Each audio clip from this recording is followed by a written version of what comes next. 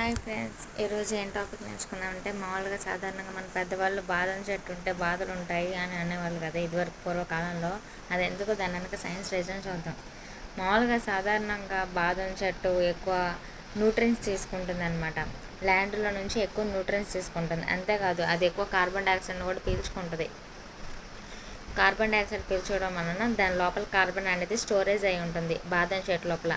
ఆ కార్బన్ అనేది భూమికి హాని చేస్తుంది అనమాట. అంతేకాదు పొల్యూషన్ కూడా కొంచెం సాయిల్ పొల్యూషన్ కూడా అయ్యే అవకాశాలు ఉన్నాయి. అప్పుడు ల్యాండ్కి తగినంత సారం అనేది అందక మిగతా చెట్లు అవన్నీ కూడా దాని పక్కన పంట పొలాలు ఏమైనా ఉన్నా కూడా కొంచెం స్పాయిల్ అయ్యే అవకాశం ఉందన్నమాట. అందుకే ఇదివరకు మన పెద్దవాళ్ళు ఇదివరకు బాదం చెట్టు ఉంటే బాధలు ఉంటాయని చెప్తూ ఉండేవాళ్ళు అనమాట. ఓకే ఫ్రెండ్స్, మరిన్ని ఇంట్రెస్టింగ్ సైన్స్ ఫ్యాక్ట్స్ తెలుసుకోవాలని ఉంటే నాకు కామెంట్ పెట్టండి. నేను నాకు తెలిస్తే నెక్స్ట్ వీడియో చేసి చెప్తాను. Okay bye, say next time.